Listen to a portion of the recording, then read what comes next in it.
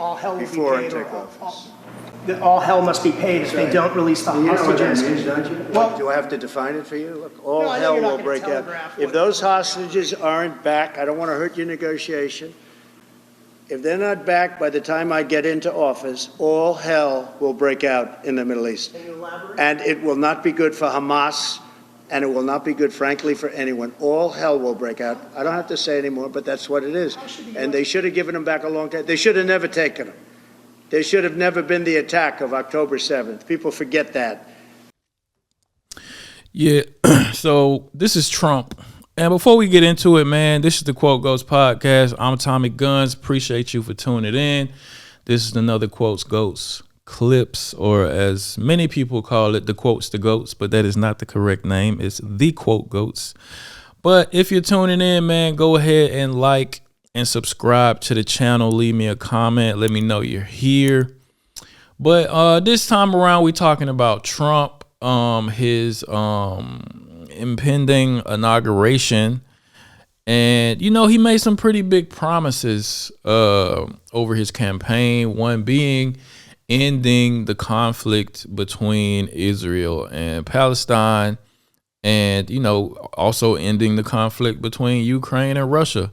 And it seems to be that he's succeeded with brokering a ceasefire in the Middle East. I thought it was a bit far-fetched for him to boast about, you know, ending either one of those conflicts on day one, but it seems like he's already brokered a ceasefire to the conflict between Israel and Palestine. Now, it's some people saying and trying to give credit to President Biden because it's technically happening under his watch. At least they've agreed to it. I don't think it'll go into effect yet. But yeah, that's what we're gonna dive into on this one, man. Again, if you're tuning in, go ahead and hit that subscribe button because we here every day, all day. Consistency in 2025, man. Let's get it. But there was, and many people are killed. They're no longer hostages. I have people from Israel and others calling, begging me to get, you know, we had also people there from the United States, just so you know. They're holding some so-called hostages from the U.S. But I've had mothers come to me and fathers crying, can I get the body of their son back? Can I get the body of their daughter back? That beautiful girl where they threw her in the car, pulled her by her ponytail and threw her in the car like she was a sack of potatoes. I said, what happened to her? Sir, she's dead. Like a 19, 20-year-old beautiful girl. And the way they treated her. And I just say it this very simply. Steve's got a job to do. He's a great guy, great negotiator, great person. They respect him over there already. It's what we needed over there. We have people that know everything about the Middle East, but they can't speak properly. They don't know. So the gist of this video is Trump pretty publicly, you know, boasting that if no ceasefire happens, if they don't give up the hostages, all hell will break loose, strongly stating it publicly. And that's something I haven't seen from Joe Biden because, he's just a ghost in the White House anyway.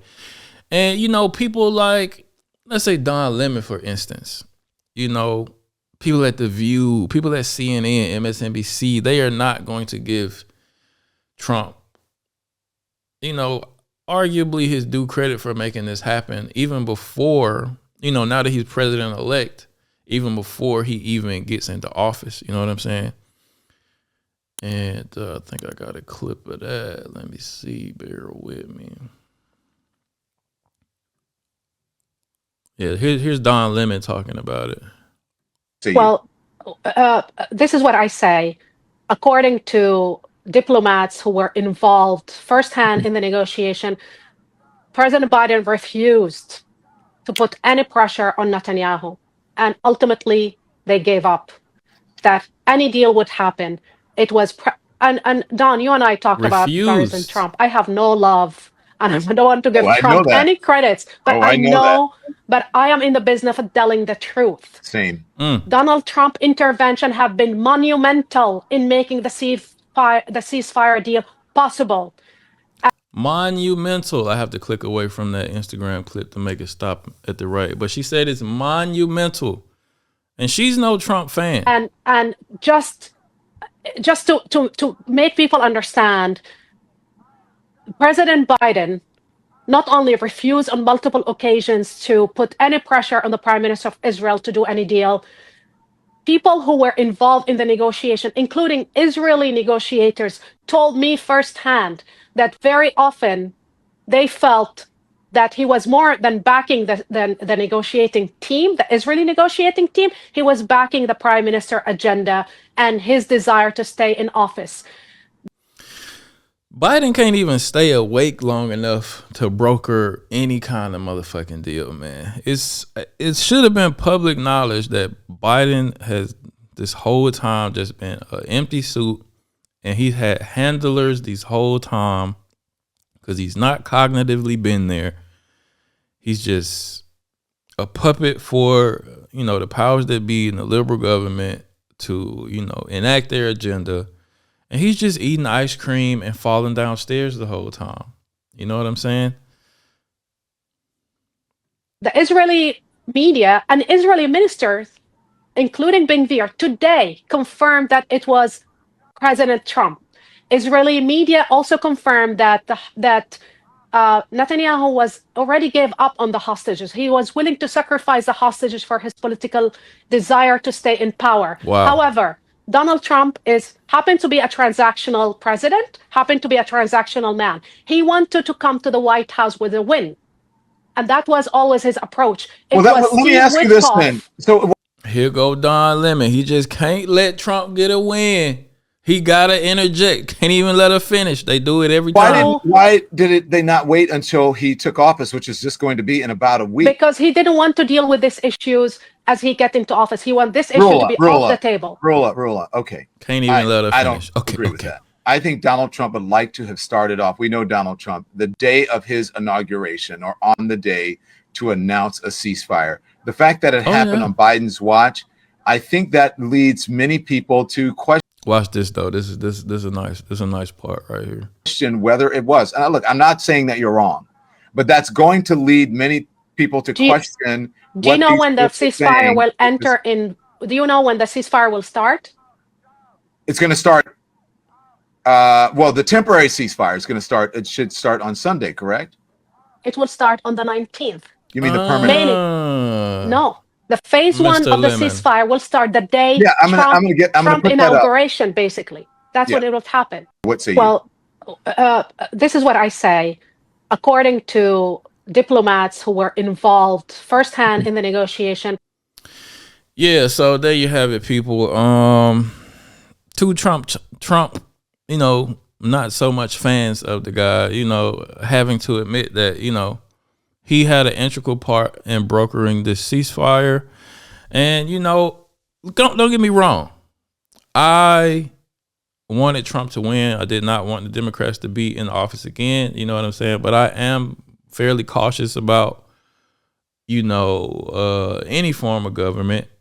And just because the Republicans are in there, just because Trump is in there, doesn't mean I full-heartedly trust any side of the government, whether it be Republican or Democrat. But